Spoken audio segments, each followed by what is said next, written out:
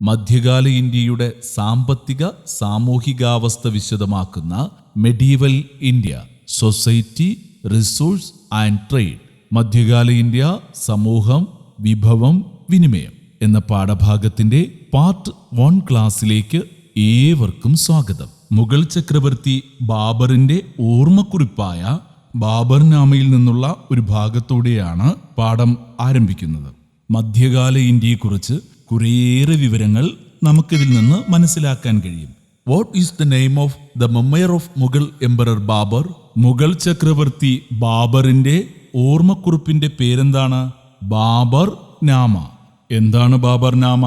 മുഗൾ ചക്രവർത്തിയായിരുന്ന ബാബറിന്റെ ഓർമ്മക്കുറിപ്പാണ് ബാബർ നാമ. ബാബർ നാമയിൽ ഇന്ത്യയെക്കുറിച്ച് എന്തൊക്കെ കാര്യങ്ങളാണ് പറഞ്ഞിട്ടുള്ളത് എന്ന് നമുക്ക് നോക്കാം. Hindustan is a wonderful land. Compared to other countries it is entirely different. Hindustan അത്ഭുതമുളവാക്കുന്ന ഭൂഭാഗമാണ്. മറ്റു രാജ്യങ്ങളുമായി താരതമ്യം ചെയ്യുമ്പോൾ അത് തികച്ചും വിഭിന്നമാണ്. മറ്റു രാജ്യങ്ങളിൽ നിന്ന് വളരെ വിഭിന്നമായ അത്ഭുതമുളവാക്കുന്ന ഒരു രാജ്യമാണ് ഇന്ത്യ എന്നാണ് പറയുന്നത്. അടുത്തു പറയുന്നത്, the mountains, rivers, forests and deserts here are unique. The animals, plants, people, languages, rain and wind are all diverse. ഇന്ത്യയുടെ വൈവിധ്യത്തെക്കുറിച്ച് എന്തൊക്കെയാണ് പറഞ്ഞിരിക്കുന്നത്? ഇവിടത്തെ പർവ്വതങ്ങൾ, നദികൾ, കാടുകൾ, മരുഭൂമികൾ എല്ലാം വ്യത്യസ്തമാണ്. ഇവിടത്തെ മൃഗങ്ങൾ, ചെടികൾ, ജനങ്ങൾ, ഭാഷകൾ, മഴ, കാറ്റ് എല്ലാം വൈവിധ്യമാർന്നവയാണ്. വൈവിധ്യമാർന്ന ഭൂപ്രകൃതിയും വൈവിധ്യമാർന്ന വിഭവങ്ങളും കൊണ്ട് സമ്പന്നമായിരുന്നു ഇന്ത്യ എന്നാണ് ബാബർനാമയിലൂടെ ബാബർ പറയുന്നത്. ഒരു ഭരണാധികാരിയുടെ കുറിപ്പെന്ന നിലയിൽ ഔദ്യോഗിക വിവരണമായി ഇതിനെ നമുക്ക് കണക്കാക്കാം. What information can you gather about India from Baburnama? ബാബർനാമയിൽ നിന്നും ഇന്ത്യയെക്കുറിച്ചുള്ള എന്തൊക്കെ വിവരങ്ങളാണ് നമുക്ക് ലഭിക്കുന്നത്? Babur speaks about the diversity and resources of India. ബാബർനാമയിലൂടെ ബാബർ എന്തിനെക്കുറിച്ചാണ് വിശദീകരിക്കുന്നത്? ഇന്ത്യയിലെ വൈവിധ്യങ്ങളും വിഭവങ്ങളുമാണ് ബാബർ വിശദീകരിക്കുന്നത്. Hindustan is a wonderful land. Hindustan, അതായത് ഇന്ത്യയെപ്പറ്റി എന്താണ് പറയുന്നത്? ഹിന്ദുസ്ഥാൻ അത്ഭുതമുളവാക്കുന്ന ഭൂഭാഗമാണ്. It is entirely different from other countries. മറ്റു രാജ്യങ്ങളിൽ നിന്ന് ഇന്ത്യ വളരെ വിഭിന്നമാണ് എന്ന് ബാബർനാമയിലൂടെ ബാബർ പറയുകയാണ്. The mountains, rivers, forests and deserts here are unique. The animals, plants, people, languages, rain and wind are all diverse. ഇവിടത്തെ പർവ്വതങ്ങൾ, നദികൾ, കാടുകൾ, മരുഭൂമികൾ എല്ലാം വ്യത്യസ്തമാണ്. ഇവിടത്തെ മൃഗങ്ങൾ, ചെടികൾ, ജനങ്ങൾ, ഭാഷകൾ, മഴ, കാറ്റ് എല്ലാം വൈവിധ്യമാർന്നവയാണ്. ബാബർനാമയിൽ ഇന്ത്യയെക്കുറിച്ച് എന്തൊക്കെയാണ് പറഞ്ഞിരിക്കുന്നത് എന്ന് നമ്മൾ പഠിച്ചു കഴിഞ്ഞു. മധ്യകാലഘട്ടത്തിൽ ഒരുപാട് ദേശങ്ങളിൽ നിന്ന് നിരവധി സഞ്ചാരികൾ ഇന്ത്യയിലെത്തി. അവരെ ഇന്ത്യയിലേക്ക് ആകർഷിച്ചത് എന്തായിരിക്കാം? It is this diversity and prosperity that attracted the foreign travelers to India during the medieval period. ഈ വൈവിധ്യങ്ങളും വിഭവസമൃദ്ധിയുമാണ് സഞ്ചാരികളെ മധ്യകാല ഇന്ത്യയിലേക്ക് ആകർഷിച്ചത്. What were the factors that attracted the foreign travelers to India during the medieval period? മധ്യകാലഘട്ടത്തിൽ വിദേശ സഞ്ചാരികളെ ഇന്ത്യയിലേക്ക് ആകർഷിച്ച ഘടകങ്ങൾ എന്തൊക്കെയാണ്? The diversity and prosperity of resources that existed in India attracted the foreign travelers during the medieval period. എന്താണ് പറഞ്ഞിരിക്കുന്നത്? ഇന്ത്യയുടെ ഡൈവേഴ്സിറ്റിയും പ്രോസ്പിരിറ്റി ഓഫ് റിസോഴ്സസും. ഡൈവേഴ്സിറ്റി എന്ന് പറഞ്ഞാൽ വൈവിധ്യത, പ്രോസ്പിരിറ്റി ഓഫ് റിസോഴ്സസ് അതായത് വിഭവസമൃദ്ധി. ഇന്ത്യയുടെ വൈവിധ്യങ്ങളും വിഭവസമൃദ്ധിയുമാണ് മധ്യകാലഘട്ടത്തിൽ സഞ്ചാരികളെ ഇന്ത്യയിലേക്ക് ആകർഷിച്ചത്. അടുത്തു പറഞ്ഞിരിക്കുന്നത്, their travelogues help us to comprehend the socio-economic conditions of that period. അക്കാലത്തെ സാമൂഹിക സാമ്പത്തിക അവസ്ഥ മനസ്സിലാക്കുന്നതിന് അവരുടെ സഞ്ചാരക്കുറിപ്പുകൾ സഹായിക്കുന്നു. അക്കാലത്ത് ഇന്ത്യ സന്ദർശിച്ച പല ദേശങ്ങളിൽ നിന്നെത്തിയ സഞ്ചാരികൾ ഇവിടെ കണ്ട സാഹചര്യങ്ങളും അനുഭവങ്ങളും രേഖപ്പെടുത്തിയിട്ടുണ്ട്. അക്കാലത്തെക്കുറിച്ച് സൂചന തരുന്ന സുപ്രധാന സ്രോതസ്സുകളാണവ. മധ്യേഷ്യയിൽ നിന്ന് ഇന്ത്യയിലെത്തിയ അൽബരൂനി എന്ന സഞ്ചാരിയുടെ വിവരണങ്ങളിൽ നിന്നുള്ള ഭാഗമാണ് ഇനി ഇവിടെ നൽകിയിട്ടുള്ളത്. Who was the traveller reached India from central Asia? മധ്യേഷ്യയിൽ നിന്ന് ഇന്ത്യയിലെത്തിയ സഞ്ചാരി ആരാണ്? ആരായിരുന്നു മധ്യേഷ്യയിൽ നിന്ന് ഇന്ത്യയിലെത്തിയ സഞ്ചാരി? അൽബറൂനി. അൽബറൂനി ഇന്നത്തെ ഉസ്ബെക്കിസ്ഥാനിൽ AD 973 ജനിച്ചു. സംസ്കൃതം ഉൾപ്പെടെ ലോകഭാഷകൾ സ്വായത്തമാക്കി. മുഹമ്മദ് ഗസ്നിയുടെ പണ്ഡിത സദസ്സിലെ പ്രധാനിയായിരുന്നു. ഇന്ത്യയുടെ വിവിധയിടങ്ങളിൽ യാത്ര ചെയ്ത് അതിലൂടെ ലഭിച്ച വിവരങ്ങൾ കിതാബുൽ ഹിന്ദ് എന്ന ഗ്രന്ഥത്തിൽ രേഖപ്പെടുത്തി. അൽബറൂനിയുടെ വിവരണത്തിൽ എന്തൊക്കെ കാര്യങ്ങളാണ് പറയുന്നത് എന്ന് നമുക്ക് നോക്കാം. For farming cereals and grazing cattle land revenue and grazing tax were to be paid to the rulers. Farming cereals എന്ന് പറഞ്ഞാൽ ധാന്യങ്ങൾ കൃഷി ചെയ്യുന്നതിനെയാണ്. ഗ്രേസിംഗ് കേറ്റിൽ എന്ന് പറഞ്ഞാലോ കന്നുകാലികളെ മേയ്ക്കുന്നത്.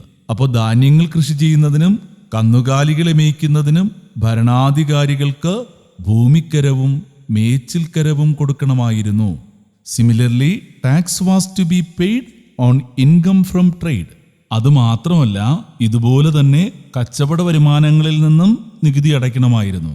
1/6 of the income was to be spend for the protection of the country. എന്താണ് പറഞ്ഞിരിക്കുന്നത്? വരുമാനത്തിന്റെ 1/6 നാടിന്റെ സംരക്ഷണത്തിനായി ഉപയോഗിക്കേണ്ടതാണ്. മധ്യേഷ്യയിൽ നിന്ന് ഇന്ത്യയിലെത്തിയ അൽബറൂനി എന്ന സഞ്ചാരിയുടെ വിവരണത്തിൽ പറയുന്നത് എന്തൊക്കെയാണ്? ധാന്യങ്ങൾ കൃഷി ചെയ്യുന്നതിനും കന്നുകാലികളെ മേയ്ക്കുന്നതിനും ഭരണാധികാരികൾക്ക് ഭൂമിക്കരവും മേച്ചിൽക്കരവും കൊടുക്കണം. ഇതുപോലെ തന്നെ കച്ചവട വരുമാനങ്ങളിൽ നിന്ന് നികുതി അടയ്ക്കണം. വരുമാനത്തിന്റെ 1/6 നാടിന്റെ സംരക്ഷണത്തിനായി ഉപയോഗിക്കേണ്ടതാണ്. അൽബറൂനിയുടെ സഞ്ചാരക്കുറിപ്പിൽ നിന്ന് അക്കാലത്തെ തൊഴിലും നികുതിയുമായി ബന്ധപ്പെട്ട കുറേ കാര്യങ്ങൾ നമ്മൾ മനസ്സിലാക്കി. What are the occupations and taxes mentioned in the travelogue of Al-Biruni? അൽബറൂനിയുടെ യാത്രാവിവരണത്തിൽ പരാമർശിച്ചിട്ടുള്ള തൊഴിലുകളും നികുതികളും ഏതൊക്കെയാണ്? Agriculture was the chief occupation of the people. പ്രധാനപ്പെട്ട തൊഴിൽ ഏതായിരുന്നു? കൃഷിയായിരുന്നു പ്രധാന തൊഴിൽ. Grazing cattle and trade were also practised. Grazing cattle എന്ന് പറഞ്ഞാൽ എന്താണ്? കാലികളെ മേയ്ക്കൽ. ട്രേഡും, അതായത് കച്ചവടവും നടത്തിയിരുന്നു. Taxes at that time were land revenue, grazing tax and trade tax. അക്കാലത്തെ നികുതികൾ ഏതൊക്കെയാണ്? ഭൂമിക്കരം, മേച്ചിൽക്കരം, കച്ചവട നികുതി. ഇത്തരത്തിൽ 3 തരം നികുതിയാണ് ആ കാലഘട്ടത്തിൽ ഉണ്ടായിരുന്നത്. ഇമ്പോർട്ടന്റ് ടാക്സസ് ഏതൊക്കെയാണ്? Land revenue, grazing tax and trade tax. ഭൂമിക്കരം, മേച്ചിൽക്കരം, കച്ചവട നികുതി. ഇനി അക്കാലത്തെ പ്രധാന കാർഷിക വിളകളെ കുറിച്ച് പറഞ്ഞിരിക്കുകയാണ്. What were the major crops in medieval period? മധ്യകാല ഇന്ത്യയിലെ പ്രധാനപ്പെട്ട വിളകൾ എന്തൊക്കെയായിരുന്നു? Cotton, cereals, pulses, indigo, sugarcane. ഏതൊക്കെയാണ്? കോട്ടൺ. കോട്ടൺ എന്ന് പറഞ്ഞാൽ പരുത്തി. സിറിയൽസ്, ധാന്യങ്ങൾ. പൾസസ്, പയറുവർഗ്ഗങ്ങൾ. ഇൻഡിഗോ, നീലം. ഷുഗർ കെയിൻ, കരിമ്പ്. ഏതൊക്കെയാണ്? പരുത്തി, ധാന്യങ്ങൾ, പയറുവർഗ്ഗങ്ങൾ, നീലം, കരിമ്പ് തുടങ്ങിയവയായിരുന്നു അക്കാലത്തെ പ്രധാന വിളകൾ. അക്കാലത്തെ ഭരണാധികാരികൾ കൃഷിയെ ഒരുപാട് പ്രോത്സാഹിപ്പിച്ചിരുന്നു. In this period, there was plenty of cultivable land in India that was kept uncultivated. കൃഷിക്ക് അനുയോജ്യമായതും എന്നാൽ കൃഷിയിറക്കാത്തതുമായ ഭൂമി അക്കാലത്ത് ഇന്ത്യയിൽ ധാരാളം ഉണ്ടായിരുന്നു. Those who first cultivated in such land were granted its ownership right. കൃഷിയെ പ്രോത്സാഹിപ്പിക്കാൻ കരുതി അന്നത്തെ ഭരണാധികാരികൾ ചെയ്തത് എന്താണെന്നറിയാമോ? കൃഷിക്ക് അനുയോജ്യമായതും എന്നാൽ കൃഷിയിറക്കാത്തതുമായ ഭൂമിയിൽ ആദ്യമായി കൃഷി ചെയ്യുന്നവർക്ക് അതിന്റെ ഉടമസ്ഥാവകാശം ലഭിച്ചിരുന്നു. The hard-working farmers tried to win the ownership of such land in this way. അപ്പോൾ സ്വാഭാവികമായും ഈ കൃഷിഭൂമി സ്വന്തമാക്കാൻ കരുതി കൃഷിയോട് താല്പര്യമുള്ള കർഷകർ അത്തരം ഭൂമിയിൽ ധാരാളമായി കൃഷി ചെയ്യാൻ തുടങ്ങി. Let us see the steps taken by rulers for the progress of agriculture. കാർഷിക പുരോഗതിക്കായി ഭരണാധികാരികൾ സ്വീകരിച്ച നടപടികൾ ശ്രദ്ധിക്കൂ. എന്തൊക്കെ കാര്യങ്ങളാണ് അക്കാലത്തെ ഭരണാധികാരികൾ കാർഷിക പുരോഗതിക്കായി ചെയ്തത് എന്ന് നമുക്ക് നോക്കാം. അറേഞ്ച്ഡ് ഇറിഗേഷൻ ഫെസിലിറ്റീസ്, ജലസേചന സൗകര്യങ്ങൾ ഒരുക്കി. സപ്ലൈഡ് സീഡ്സ്, വിത്തുകൾ വിതരണം ചെയ്തു. ഗ്രാൻഡഡ് ടാക്സ് റിലാക്സേഷൻ, നികുതി ഇളവുകൾ നൽകി. കാർഷിക പുരോഗതിക്കായി ഭരണാധികാരികൾ ചെയ്തത് എന്തൊക്കെയാണ്? അറേഞ്ച്ഡ് ഇറിഗേഷൻ ഫെസിലിറ്റീസ്, ജലസേചന സൗകര്യങ്ങൾ ഒരുക്കി. സപ്ലൈഡ് സീഡ്സ്, വിത്തുകൾ വിതരണം ചെയ്തു. ഗ്രാൻഡഡ് ടാക്സ് റിലാക്സേഷൻ, നികുതി ഇളവുകൾ നൽകി. ഇതുമാത്രമായിരുന്നില്ല കാർഷിക പുരോഗതിക്കായി അക്കാലത്തെ ഭരണാധികാരികൾ ചെയ്തത്. In the medieval period the officers were given land as wages. മധ്യകാലഘട്ടത്തിൽ ഉദ്യോഗസ്ഥർക്ക് വേതനമായി ഭൂമി പതിച്ചു കൊടുത്തു.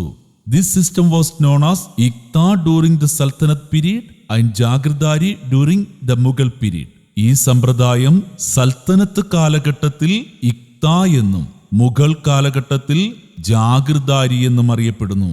ഓർമ്മിച്ചു വയ്ക്കുക, വാട്ട് ഈസ് ഇഖ്ത ആൻഡ് ജാഗിർദാരി? എന്താണ് ഇഖ്തയും ജാഗിർദാരിയും? In the medieval period, the officers were given land as wages. This system was known as Iqta during the Sultanate period and Jagirdari during the Mughal period. മധ്യകാലഘട്ടത്തിൽ ഉദ്യോഗസ്ഥർക്ക് വേതനമായി ഭൂമി പതിച്ചു കൊടുത്തു. ഈ സമ്പ്രദായം സൽത്തനത്ത് കാലഘട്ടത്തിൽ ഇഖ്ത എന്നും മുഗൾ കാലഘട്ടത്തിൽ ജാഗിർദാരി എന്നും അറിയപ്പെട്ടു. ഇഖ്തയും ജാഗിർദാരിയും മനസ്സിലായല്ലോ. ഇനി പാഠപുസ്തകത്തിൽ മറ്റൊരു ചോദ്യം ചോദിച്ചിട്ടുണ്ട്. What were the factors that promoted the progress of agriculture during the Sultanate and the Mughal periods? Sultanate Mughal ഭരണകാലഘട്ടങ്ങളിൽ കാർഷിക പുരോഗതിയെ സഹായിച്ച ഘടകങ്ങൾ എന്തെല്ലാം എന്നാണ് ചോദിച്ചിട്ടുള്ളത്. നമ്മളിപ്പോൾ വിശദമായി പറഞ്ഞ കാര്യങ്ങൾ തന്നെയാണ് ഇതിന്റെ ഉത്തരം. എന്തൊക്കെയാണ്?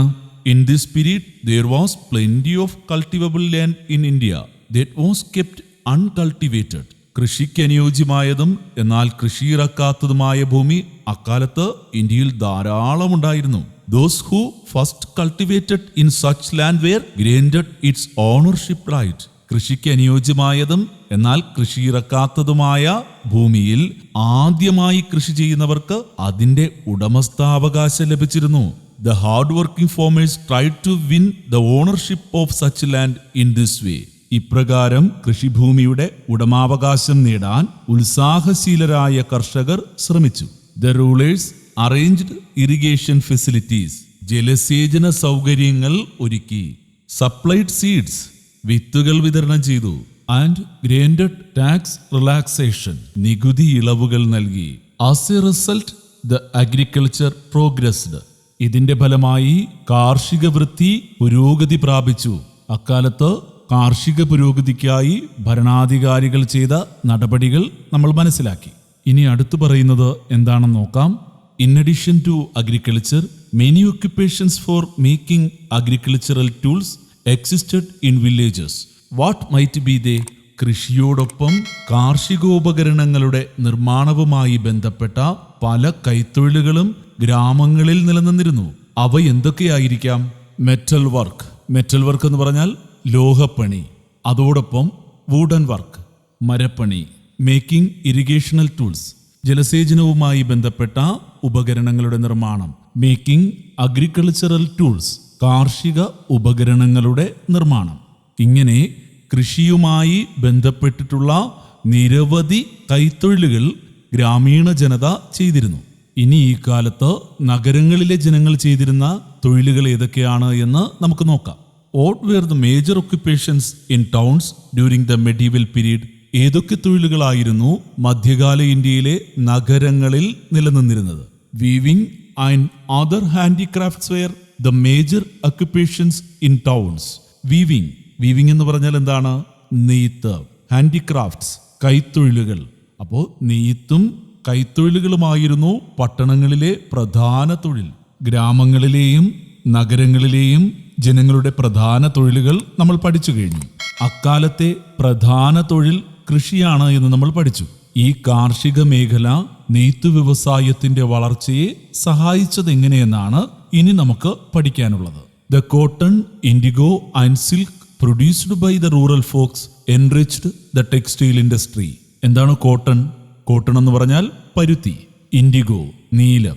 സിൽക്ക് എന്ന് പറഞ്ഞാലോ പട്ടുനൂൽ. ഗ്രാമീണ ജനത ഉൽപ്പാദിപ്പിച്ച പരുത്തിയും നീലവും പട്ടുനൂലും നെയ്ത്ത് വ്യവസായത്തെ ശക്തമാക്കി. The Indian weavers produced garments of different colors and quality. Indian നെയ്ത്തുകാർ വ്യത്യസ്ത ഗുണത്തിലും നിറത്തിലുമുള്ള വസ്ത്രങ്ങൾ ഉൽപ്പാദിപ്പിച്ചു. The garments made of silk, cotton and wool were important among them. അവയിൽ പ്രധാനപ്പെട്ടവ ഏതായിരുന്നു? പട്ട്, പരുത്തി, കമ്പിളി എന്നിവ കൊണ്ടുണ്ടാക്കിയ വസ്ത്രങ്ങളായിരുന്നു അവയിൽ പ്രധാനപ്പെട്ടത്. ഈ സമയത്ത് തുണിനെയ്ത്തിന് വേണ്ടി പുതിയ ഉപകരണങ്ങൾ ഉപയോഗിച്ചു. New tools like spinning wheel and looms were used for weaving. നെയ്ത്തിന് വേണ്ടി അന്ന് ഉപയോഗിച്ച പുതിയ ഉപകരണങ്ങൾ ഏതൊക്കെയാണ്? Spinning wheel. സ്പിന്നിംഗ് വീൽ എന്ന് പറയുന്നത് ചർക്ക. ലൂംസ്. ലൂംസ് എന്ന് പറയുന്നത് തറികൾ. നൂൽ നൂൽക്കാനുള്ള ചർക്കയും നെയ്ത്തിനുള്ള തറികളും അവയിൽ പ്രധാനപ്പെട്ടവയായിരുന്നു. അതുപോലെ തന്നെ തുണികളിൽ ചായം മുക്കുന്നതിന് പലതരം നിറങ്ങൾ ഉപയോഗിച്ചിരുന്നു. Indigo and colour mixtures were used for dyeing the textile. ഗ്രാമീണ ജനത കൃഷി ചെയ്ത നീലവും അതുപോലെ തന്നെ മറ്റു നിറക്കൂട്ടുകളും ഉപയോഗിച്ച് തുണികൾക്ക് നിറം നൽകി. Indian textile won world acclaim. അങ്ങനെ ഇന്ത്യയുടെ തുണിത്തരങ്ങൾ ലോക പ്രശസ്തി നേടി. കാർഷിക മേഖല നെയ്ത്ത് വ്യവസായത്തിന്റെ വളർച്ചയെ ഒരുപാട് സഹായിച്ചു.